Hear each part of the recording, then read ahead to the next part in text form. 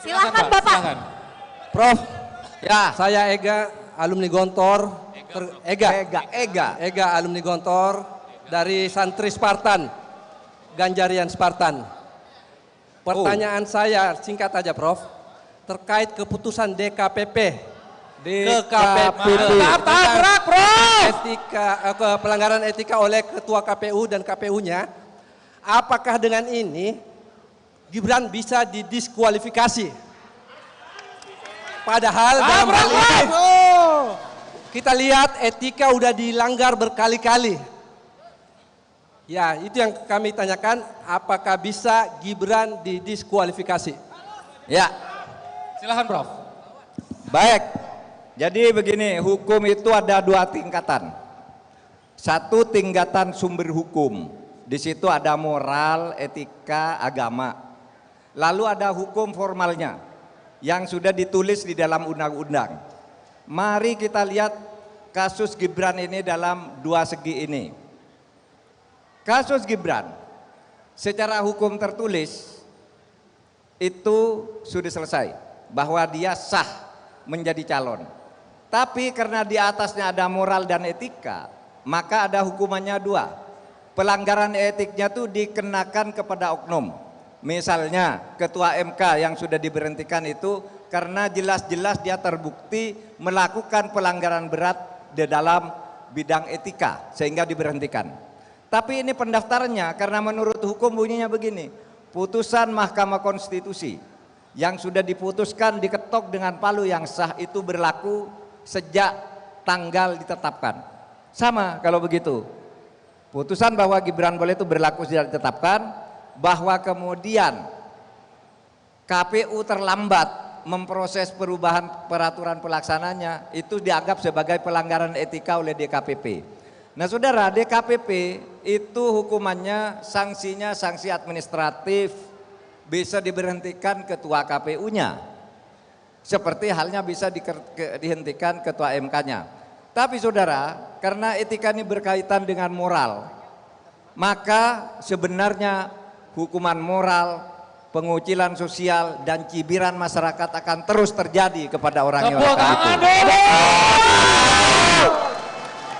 Oke lah, hukum formal tidak mencakup, tapi kalau setiap orang mengatakan ini anak haram konstitusi, ini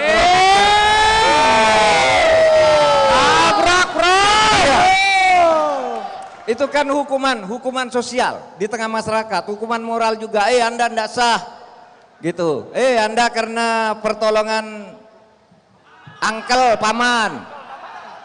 Karena Anda ini merekayasa hukum. Itu adalah cibiran masyarakat yang tidak akan pernah terhapuskan selama hidupnya. Itu. Oke, foto dulu silakan Prof. Foto dulu Prof, sebentar.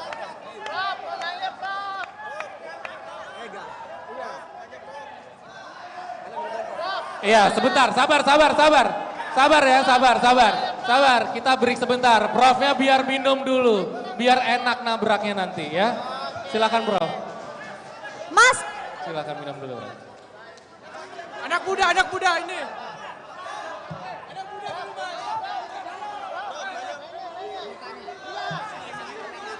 Sini. Mana Mbak Bila? Yang mana Mbak Bila? Ayo Mas, sini Mas. Bila, ayo. Sini Mas. Sini.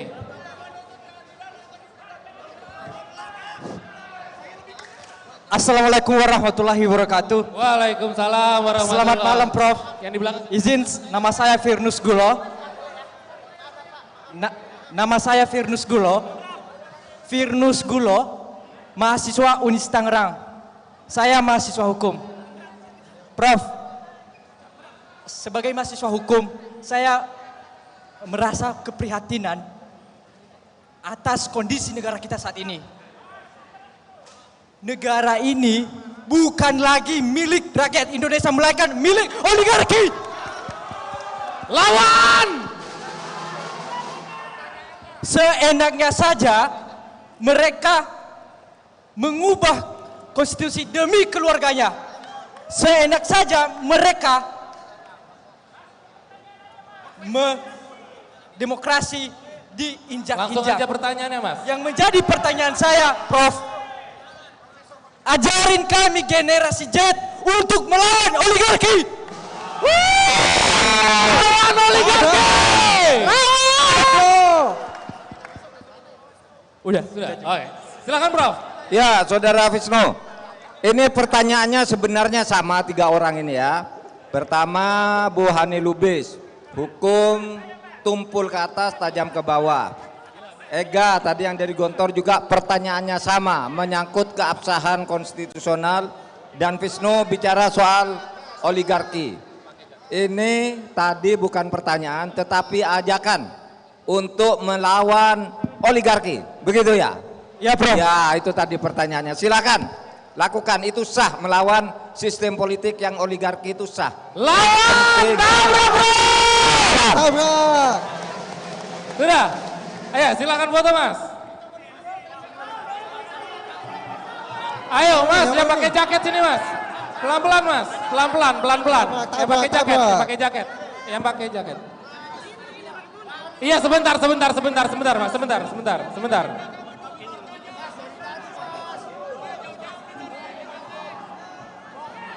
Oke, terima kasih. Iya, silakan Mas, sini Mas. Izin Prof, ini ada jaket Madura United untuk Prof. Wih, mantap. Madura United. Ya. Tabrak.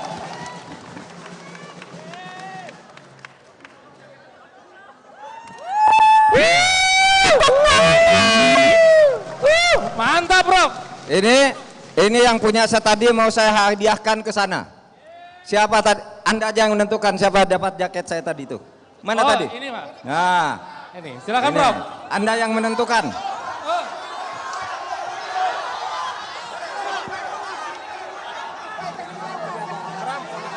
Kita lempar aja ya, biar adil ya. Kita lempar aja ya, siap-siap semuanya. Hati-hati, pelan-pelan. Pelan-pelan. Awas, hati-hati. Teman-teman, kalau nggak bisa tertib, kita stop dulu. Tetap tertib ya semuanya. Ayo. Duduk Oke, dulu. yang Duduk dulu. tertib. Semua duduk Yang dulu. tertib semuanya. Yang pilih adalah MC. Duduk dulu semuanya. Duduk dulu. Para hadirin, Oke, teruskan. Oke, tetap silakan tenang. Mas. Mohon izin kawan-kawan. Prof Mahfud, mohon izin saya ingin bertanya terkait mafia hukum. Mafia hukum terutama mafia tanah, Prof. Karena masyarakat di wilayah kami, khususnya di Bogor, Yang lainnya duduk, itu yang lainnya bisa duduk. sangat terstruktur dari BPN-nya, dari kepala desanya. Nah, bagaimana mengatasi itu agar ke depan ketika Prof Mahfud menjadi cawapres dan Pak Ganjar menjadi presiden dapat diberantas habis. Bagaimana caranya, dan mohon kami anak muda dilibatkan untuk mengawasi mafia-mafia ini, Prof. Kiranya itu, terima kasih. Silakan Prof. Namanya siapa nih tadi dari? Nama saya Brahman Syah, dipanggil Bram dari TPM Bogor Raya. Bram. Saudara Bram, masalah tanah sudah diperdebatkan di dalam debat calon presiden dan calon wakil presiden. Masalah tanah ini memang mafianya luar biasa. Jadi sekarang itu banyak sekali tanah-tanah masyarakat yang diambil begitu saja. Terutama tanah-tanah adat tiba-tiba sudah menjadi milik pengembang, milik perusahaan, katanya investor sudah membelinya sementara masyarakat adatnya merasa belum melepaskan tanah itu. Dan juga tanah-tanah negara banyak dirampas juga oleh swasta. Banyak. Selain tanah rakyat, tanah negara. Oleh sebab itu kita punya program reforma agraria. Ya, reforma agraria itu pertama sertifikasi terhadap orang yang sudah menempati tanah lama tapi tidak punya sertifikat, agar tidak dirampas sewenang-wenang, diberi sertifikat yang sah. Yang kedua, redistribusi. Tanah-tanah milik negara yang tidak terpakai itu dibagi kepada rakyat. Itu bagian dari reforma agraria. Lalu yang ketiga, mengembalikan klaim tadi. Klaim-klaim tanah yang diambil secara pihak nanti akan kita tertibkan. Dan itu harus jelas cara penyelesaiannya. Oleh sebab itu salah satu alternatif yang dipikirkan oleh tim reformasi hukum nasional yang dibentuk Kemenko Polhukam waktu itu, kemungkinan kita akan membentuk pengadilan ad hoc dulu. Tetapi ini menunggu persetujuan Mahkamah Agung. Oke? Siap. Tabrak! Iya. Oh ya, silakan Mas. Ini yang di depan nih. Iya. Prof izin, terima kasih. Iya. Oke, silakan Mas. Ya, bismillah. Assalamualaikum warahmatullahi wabarakatuh. Salam warahmatullahi wabarakatuh. Perkenalkan Prof, nama saya Khairul Ulum, dipanggil Cak Lum. Asli Madura, ini aspirasi rakyat Madura. Sekarang kuliah di UIN Jakarta. Iya, Prof. Pertama Prof, tetangga saya ini di Madura Prof, ya di Bangkalan tepatnya. Itu 5 orang kemarin tuh meninggal karena akses kesehatan tuh nggak ada. Kita meninggal jam 2 malam, dibawa ke bidan terdekat, itu suruh ke rumah sakit, itu ada di Bangkalan. Itu jaraknya 1 jam dari rumah saya.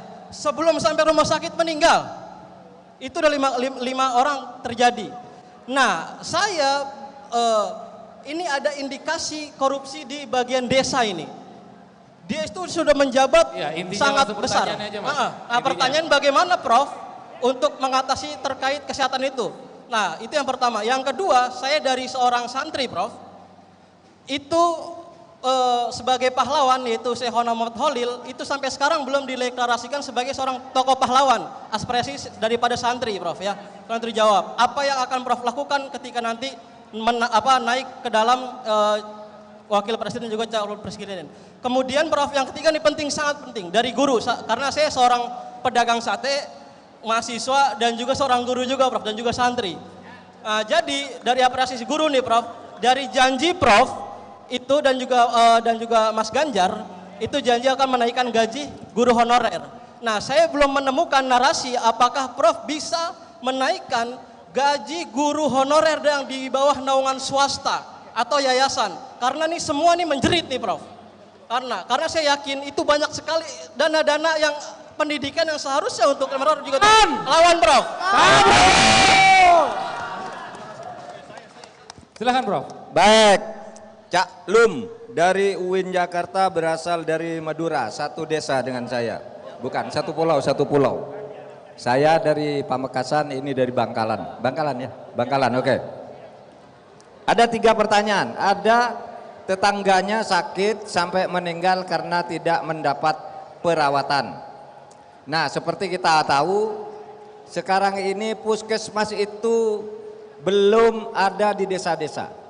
Masih ada di tingkat kecamatan dan kadangkala 5 desa, itu kalau ada di desa 1 untuk 5 desa. Dan itu menghambat untuk orang mendapat layanan kesehatan. Oleh sebab itu kami punya program. Nanti kalau Ganjar Mahfud terpilih, pada tahun-tahun pertama akan segera dirintis atau dimulai untuk setiap 1 desa ada 1 puskesmas dan ada 1 tenaga kesehatan. Tabrak Bro. Setiap desa. Lawan. Jadi orang desa yang jauh dari ibu kota kecamatan tidak usah ke kecamatan, di desanya akan disediakan. 1. Nah, kalau yang sekarang terjadi diduga kepala desanya korupsi dengan anggaran kesehatan, nah silakan laporkan ke yang berwajib. Korupsi itu tidak boleh dilakukan. Kemudian Sayyidina Khalil menjadi pahlawan. Saudara, penentuan pahlawan nasional itu pada akhirnya diputuskan oleh Presiden lewat kantor Menko Polhukam, kantor Menko Polhukam lewat Menteri Sosial lewat daerah yang mengusulkan. Nah, pahlawan nasional itu diberikan berdasar kebutuhan daerah. Kiai Sayyidina Khalil sudah pernah kami bahas, tetapi Jawa Timur pada waktu itu, Jawa Timur jumlahnya udah banyak pahlawannya. Sementara Kaltara belum ada NTT belum ada. Jadi kita ratakan dulu agar pahlawan Indonesia itu datang dari semua provinsi. Pada saatnya nanti terus akan digilir, tentu dengan syarat-syarat tertentu. Kemudian, apakah gaji pegawai honorer bisa dinaikkan? Bukan hanya dinaikkan, kalau sekarang ini kebijakannya guru-guru swasta sekarang itu dijadikan pegawai negeri. Udah banyak, tetapi kelirunya ditarik dari swastanya diletakkan di lembaga pendidikan negeri. Akhirnya swastanya kelabakan. Bahwa nanti guru honorer swasta dan guru tetap swasta akan digaji. Bahkan juga guru-guru ngaji yang ngajar secara rutin dengan jam tertentu, itu nanti akan ditentukan honorariumnya, akan ditentukan gajinya, bahkan juga bisa juga jadi ASN, bisa juga dari tenaga PPPK, bisa juga, dan tidak perlu ditarik dari institusi swastanya agar swastanya tetap maju membantu negara ini. Tabrak! Tabrak, bro! Tabrak! Sebentar ya. Sebentar ya. Yang tertib ya. Kalau nggak ada yang tertib, maka acara ini bisa saya hentikan. Yang tertib ya, sebentar. Iya, sebentar. Kita break dulu, kita kasih waktu Prof untuk rehat sejenak ya. Monggo Prof. Silakan Prof. Iya, sebentar Mas, itu ada kamera, jangan ditutupin Mas. Yang lainnya duduk aja, duduk tuh yang di belakang sampai berdiri. Duduk dulu. Yang di belakang juga ingin melihat Prof Mahfud dan mendengarkan Prof Mahfud. Ya, jadi saya minta yang ada di sekitar sini ya bisa saling menghargai, bisa saling menghormati. Ya, silakan duduk. Ya, nanti akan kita tunjuk dan bisa maju bertanya dengan Prof Mahfud. Iya. Yang paling belakang siapa ini? Mas, iya Mas, yang itu Mas, yang pakai kaos hitam Mas, coba sini Mas, maju ke depan Mas, iya, maju ke depan sini Mas, iya, yang tenang aja Pak, duduk dulu Pak, ya, semuanya tertib, silakan Mas, ini yang dari belakang.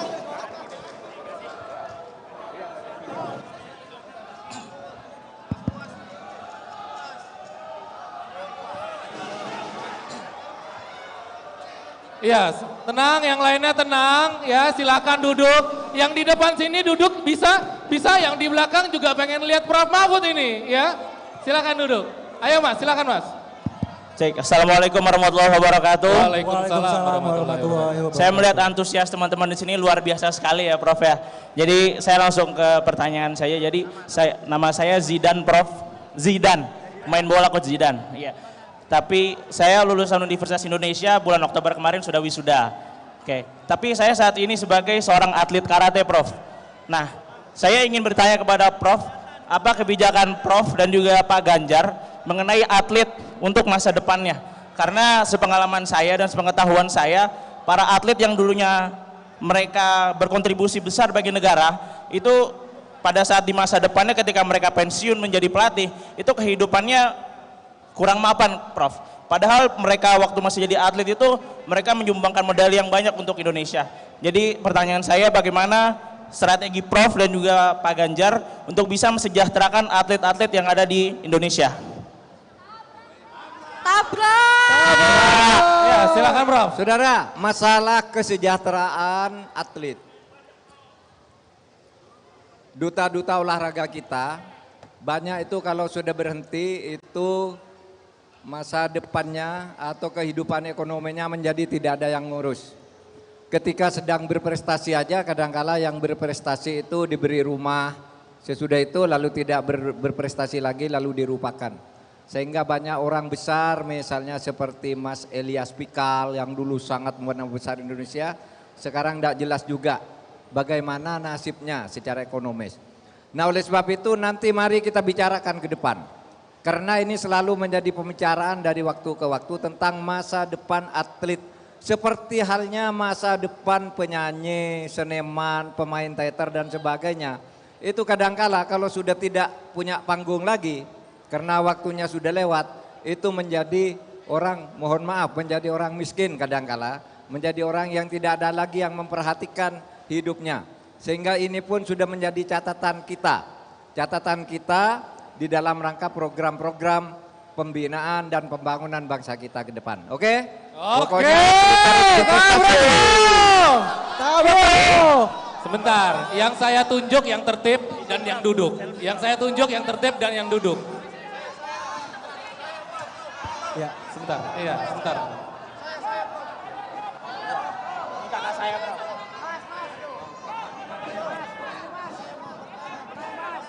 kamu kakaknya. Oke, mungkin saya akan memilih yang perempuan dulu. Silakan Mbak, dari tadi yang cowok soalnya, yang perempuan juga silakan. Silakan, misi Mas, permisi Mas. Cek, terima kasih. Tabrak, Prof! Tabrak! Oke, selamat malam semuanya. Perkenalkan, nama saya Nurul Intan, saya merupakan mahasiswa dari Prodi Ilmu Politik, FISIP Universitas Indonesia. Prof, Siapa namanya tadi? Nurul Intan. Prof, sebagai mahasiswa saya ini semester ke-6, jujur kami resah atas dinamika demokrasi yang terjadi hari ini. Teman-teman kami hari ini sudah turun ke jalan untuk menuntut pemakjulan Presiden Joko Widodo. Lawan tabrak, Bro! Bahkan Prof, teman-teman kami yang tergabung di Badan Eksekutif Mahasiswa kampus-kampus lain sudah menyatakan sikap dengan tegas bahwa Pak Jokowi dengan cawe-cawenya begitu merusak sistem demokrasi kita. Berdasarkan kajian kami Prof, ada 4 institusi yang setidaknya telah dilemahkan. Pertama, KPK yang sudah tidak lagi independen. Yang kedua, DPR RI di mana ketum-ketum partainya berusaha disandra. Yang ketiga adalah masyarakat sipil dibungkam melalui undang-undang ITE. Dan yang terakhir adalah Mahkamah Konstitusi yang berusaha dibajak dari dalam Prof. Pertanyaan saya Prof, dulu Prof Mahfud ketika di Kemenko Polhukam masih ada di tengah-tengah terkait dengan sikap pemakjulan Presiden Joko Widodo ini. Oleh karena itu setelah ini sekarang Prof Mahfud sudah keluar dari Kemenko Polhukam, bagaimana sikap yang ingin Prof Mahfud tunjukkan? Itu yang pertama. Yang kedua Prof, terkait dengan bansos. Kita lihat saat ini banyak menteri-menteri tentang bansos, Prof. Kita lihat hari ini Prof, banyak menteri-menteri kita yang memang harus dilibatkan di dalam bansos justru tidak dilibatkan.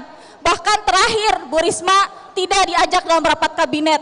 Pak Basuki terakhir saya baca di berita tidak datang dalam peresmian suatu tol. Oleh karena itu saya ingin tahu sikap Prof selaku wakil presiden dari paslon nomor urut 3, bagaimana sikap yang harus diambil oleh menteri-menteri kita ini Prof. Terima kasih Prof.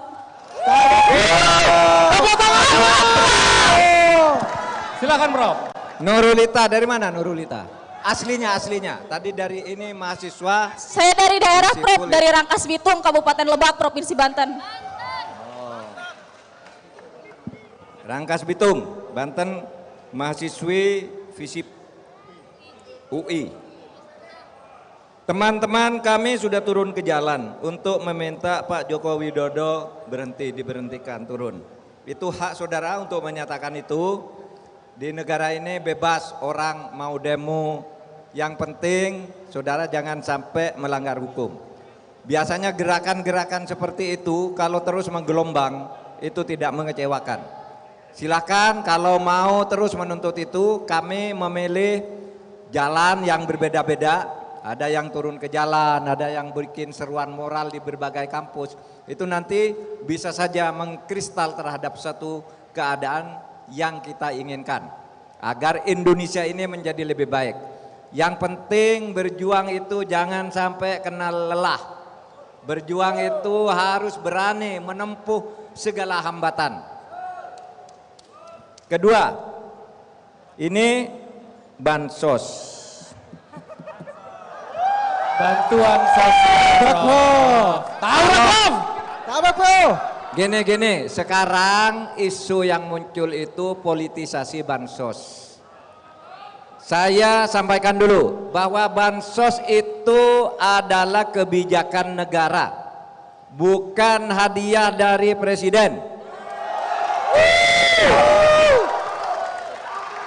Ini harus ditegaskan nih, karena ada juga para menteri lalu mengatakan nih dari Presiden Republik Indonesia, bahkan ada yang nambahi, ini bapaknya calon wakil presiden loh gitu. Sehingga ditempeli. Itu tidak boleh. Bansos itu adalah perintah Undang-Undang Dasar. Undang-Undang Dasar mempunyai satu bab tersendiri tentang ekonomi dan kesejahteraan sosial. Di situ disebutkan bahwa fakir miskin dan anak terlantar itu dipelihara oleh negara, antara lain dalam memelihara itu memberi bansos. Oleh sebab itu bansos itu bukan hadiah dari pejabat, tetapi dari negara. Malah siapapun menjadi presiden kalau tidak memberi bansos ini dianggap melanggar konstitusi. Oleh sebab itu sebarkan kepada masyarakat bahwa bansos itu adalah hak masyarakat yang diambil juga dananya dari rakyat. Ya. Ini terkadang salah kaprah. Bansos itu seharusnya diberikan kepada orang yang membutuhkan. Ini kadangkala dibagi di pinggir jalan dikasihkan ke orang mau naik mobil. Bagaimana bansos kok dibagi di pinggir jalan? Bansos itu diberi orang miskin tempatnya bukan di jalan raya tapi di desa-desa terpencil. Dan yang membagi bansos itu cukup lurah sebenarnya. Cukup camat kalau perlu. Kalau kementerian yang turun tangan tuh Menteri Sosial. Kalau tidak mau politisasi harus seperti itu. Dan bansos itu kan selama ini masalahnya banyak orang yang seharusnya mendapat bansos tidak dapat. Banyak orang yang seharusnya tidak dapat tapi dapat karena dia keluarganya aparat. Banyak. Oleh sebab itu bansos itu harus tercatat siapa yang berhak, alamatnya di mana, KTP-nya nomor berapa, berhak dapat apa. Ini kalau dibagi di pinggir jalan berarti tidak ada administrasinya itu. Sehingga banyak. Saya kemarin ke Bengkulu, di depan bandara banyak orang berkumpul. Lalu ada seseorang ngacung, "Pak, saya ini orang miskin tapi tidak pernah kebagian bansos. Katanya presiden bagi bansos kemana-mana." Lalu bansos itu dibagi kemana? Seharusnya milih bukan di tempat banyak pemberi suara untuk pemilu, di tempat-tempat desa yang banyak orang miskinnya itu. Ya. Jadi harus tercatat. Oleh sebab itu Ganjar Mahfud itu mempunyai program andalan namanya KTP Sakti. KTP Sakti. Ya. Di dalam KTP Sakti ini misalnya Nurulita, ini penduduk mana, alamatnya di mana, tingkat kemiskinannya berapa, oh ini berhak dapat bansos, langsung tercatat secara digital. Pasti tepat ya Prof. Nanti dikirim langsung ke rumah, tidak diantar oleh seorang pejabat, dikirim ini. Gitu. Nanti kalau Nurulita 2 tahun kemudian penghasilannya sudah naik, tidak dapat bansos lagi, di dalam kartu Sakti ini akan tercoret dengan sendirinya. Dia sudah kaya, tidak perlu lagi dapat bansos, pindah ke yang lain. Nah itu kalau mau tertib, ngantar sendiri nggak kayak ndak ada kerjaan aja. Ya. Oke, tabrak. Tabrak. Ya, silakan foto. Yang tertib, yang Hadirin tertib. harap Yang tenang, tertib, harap tenang. Yang tertib. Duduk. Duduk ya. Hadirin harap tenang, harap tenang. Silakan. Ya. Silakan. Tes. Salam Pak Mahfud. Ya, Assalamualaikum warahmatullahi wabarakatuh. Terima kasih Pak Mahfud. Saya Iqnal dari dosen Universitas Borobudur.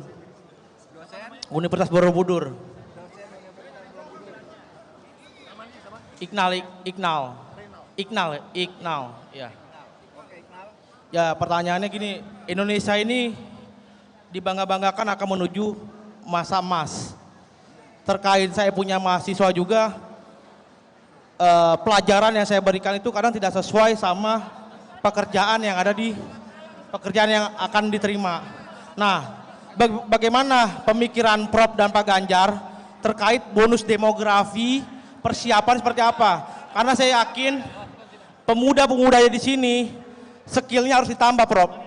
Karena tidak bisa akan mendapatkan pekerjaan. Jangan sampai bonus demografi ini menggagalkan Indonesia menuju Indonesia emas seperti Brazil. Pertanyaannya langsung.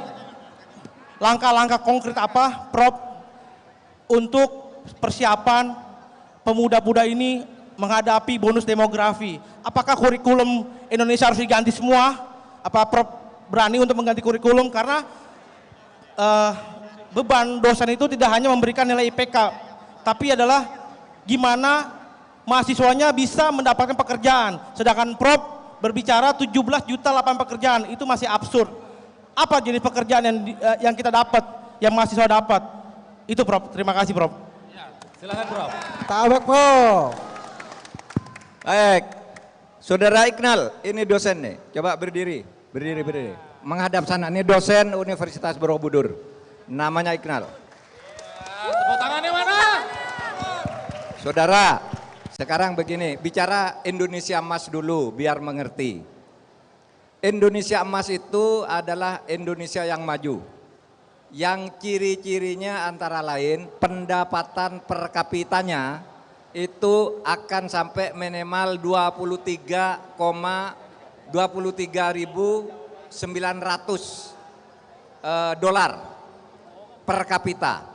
Ada yang menghitung nanti ketika Indonesia Emas sampai itu pendapatan per kapita 29.000, sekitar 29-30.000 US dollar per kapitanya. Sekarang kita baru 4.600, masih jauh. Dan Indonesia Emas ini menurut peta jalan yang dibuat sejak zaman Pak SBY itu akan dicapai tahun 2045. Nah 2045 itu kira-kira di Indonesia itu sudah tidak ada orang miskin. Karena pendapatan per kapita sudah berkisar di atas 23.000 US dollar.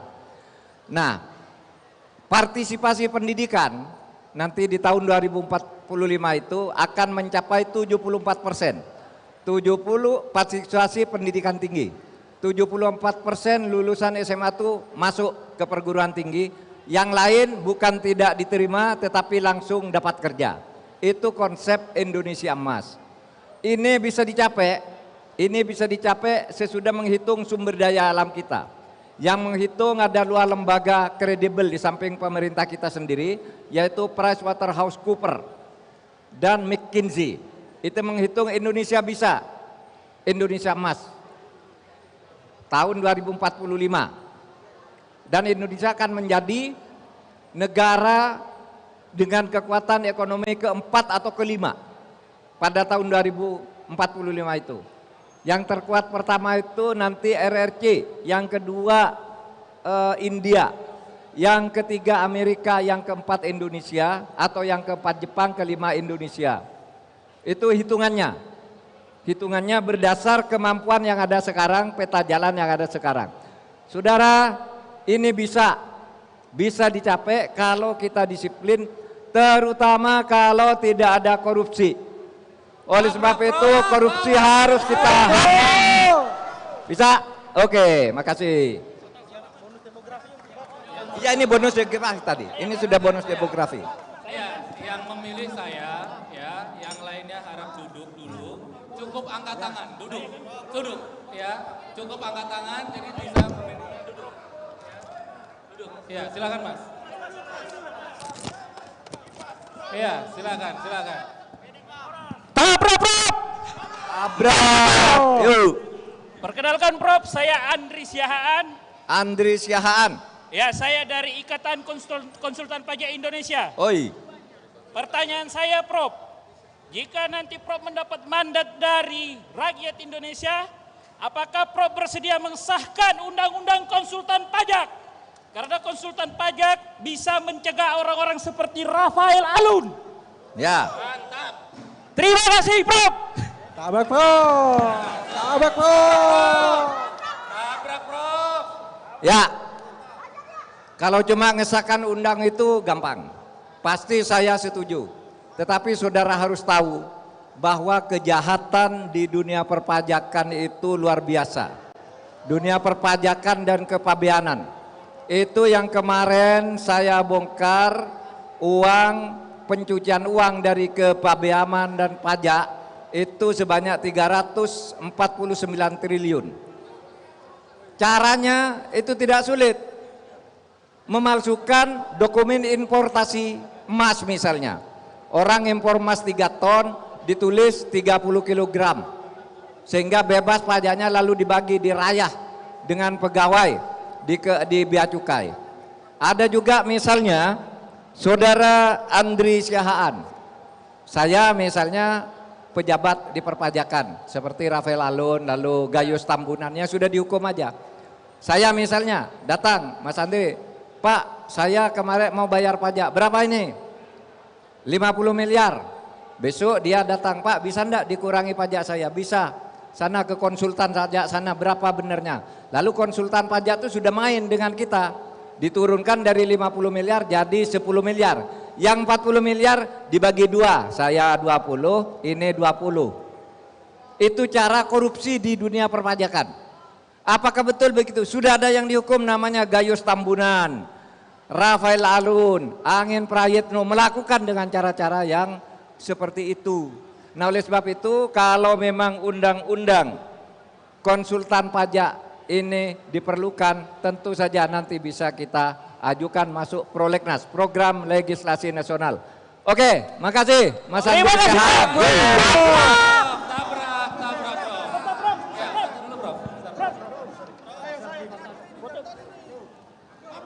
Ya, saya agak ke belakang itu, ya. Ayo Mas, yang pakai kemeja putih sini Mas.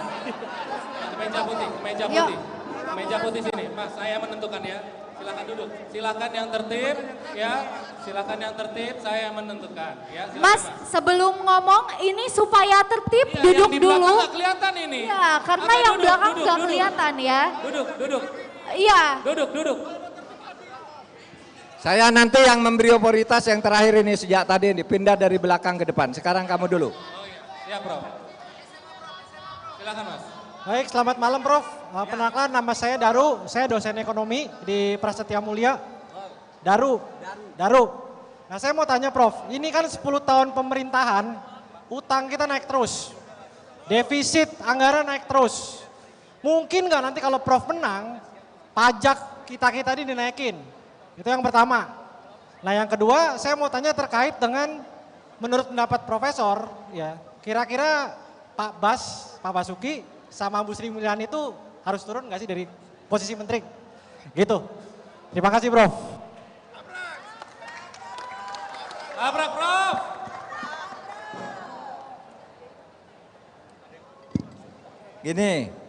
Ini Mas Daru dosen ekonomi di Prasetya Mulia.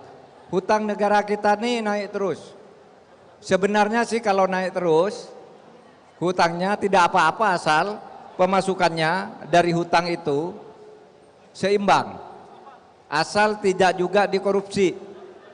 Karena selalu saja korupsi ini menjadi penyakit di mana-mana. Nah oleh sebab itu kalau saya ditanya apakah untuk menghilangkan hutang ini pemerintahan Ganjar dan Mahfud mau menaikkan pajak? Tidak. Karena pajak itu akan membebani rakyat. Sekarang aturan perpajakannya itu sudah bagus. Hilangkan korupsi di perpajakan, itu satu. Ya, yang kedua, naikkan tax ratio. Tax ratio itu kemampuan negara menarik pajak dari mereka yang wajib membayar pajak tetapi selama ini tidak terjangkau. Saudara, sekarang tax ratio kita itu, kemampuan kita menarik pajak itu hanya 10,5%. 10,5% itu pun sudah menutup 82% APBN itu ditutup dari pajak. Sisanya itu dicari dari lain-lain lah. Kalau pajak kita ini tax ratio-nya bisa disamakan dengan Malaysia, Thailand dan sebagainya sampai 14-15% saja, maka keseluruhan APBN kita sebenarnya sudah ditutup. Bisa ditutup seluruhnya dari pajak, malah masih lebih. Nah oleh sebab itu sekarang penertiban terhadap masalah perpajakan nasional ini menjadi sangat penting. Seperti tadi undang-undang konsultan pajak dan sebagainya itu perlu kita perhatikan. Soal Bu Sri Mulyani, Pak Basuki, ya Pak Basuki, apakah mau mundur apa tidak saya tidak tahu. Karena saya tidak ingin ngajak-ngajak orang lain. Ini urusan saya sendiri, yang lain-lain silahkan disikapi sendiri. Saya juga tidak pernah koordinasi dan tidak pernah tanya. Gitu.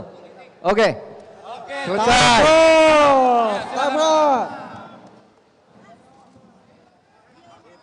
Oke, satu penanya terakhir ya.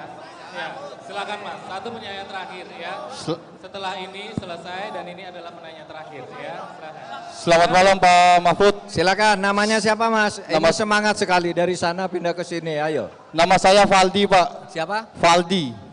Valdi dari GMKI Pak, Gerakan Mahasiswa Kristen Indonesia. Nah, oke. GMKI ya. Iya Pak.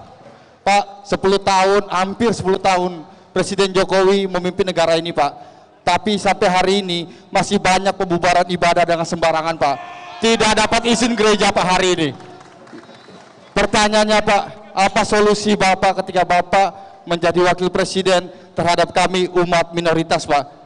Terkait semua agama minoritas Pak. Dan yang kedua Pak, titipan dari teman saya, apa upaya Bapak terhadap undang-undang DKJ? Masa yang pilih gubernur Jakarta presiden Pak? Pilih gubernur Jakarta presiden. Ini titipan teman saya Pak. Iya. Terima kasih Pak. Silakan Prof.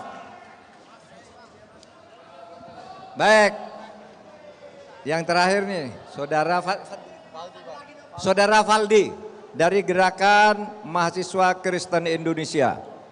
Saudara Valdi, tentang pembangunan rumah ibadah, memang itu bukan soal hukum semata-mata.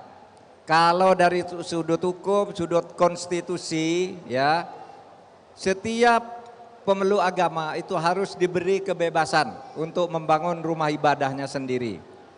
Tapi terkadang secara sosiologis, secara politis tidak mudah. Karena terkadang ada penduduk di sini, misalnya kelompok satu agama, lalu ada satu agama yang pengikutnya misalnya cuma 5 orang, 4 orang mau mendirikan rumah ibadah, yang sini menolak. Seharusnya ini boleh. Itulah sebabnya lalu dibuat aturan. Persyaratan mendirikan rumah ibadah harus mendapat persetujuan dari sekian orang penduduk di situ sehingga bisa diproses. Sekarang sudah lebih dipermudah. Rancangan peraturannya sekarang sedang dibuat untuk lebih mempermudah. Tetapi supaya diingat, kalau mau tanya ke saya, reputasi saya misalnya, saya sangat concern untuk memberi kebebasan pembangunan rumah-rumah ibadah. Saudara masih tahu, saya ulangi, itu gereja Yasmin 16 tahun ditolak oleh masyarakat sekitarnya padahal sudah dapat IMB. Terkatung-katung. Baru tahun lalu bulan Juni tahun 2023 saya resmikan bersama wali kota. Sesudah 16 tahun dilarang. Kemudian di Karimun, Babel. Kemarin ada gereja yang ditolak oleh masyarakat. Saya datang ke sana. Ayo bangun. Dan sekarang sudah jadi, baru minggu lalu saya ke sana. Gerejanya megah sekali. Saya ketemu dengan Romo, dengan pastor yang menangani di situ. Dan lain-lain, saudara. Jadi tetapi supaya disadari masalah sosiologis itu tidak mudah diselesaikan. Soal misalnya nih di Bali di mana masyarakat Hindu mayoritas, ada saja di sana orang yang menolak misalnya kompleks pemakaman Muslim, rumah ibadah Muslim juga ada. Nah ini bukan persoalan hukum semata-mata. Kalau bicara hukum harus boleh, tapi keadaan masyarakatnya kita harus adakan pendekatan dengan sebaik-baiknya sehingga nanti masalah penataan agama di Indonesia ini bukan dihitung siapa yang pemeluknya banyak, siapa yang sedikit. Tidak ada mayoritas dan minoritas dalam agama, karena agama itu adalah forum internum di mana setiap pemeluknya harus dilindungi secara sama. Oke, makasih. Jelajahi cara baru mendapatkan informasi. Download Metro TV Extend sekarang.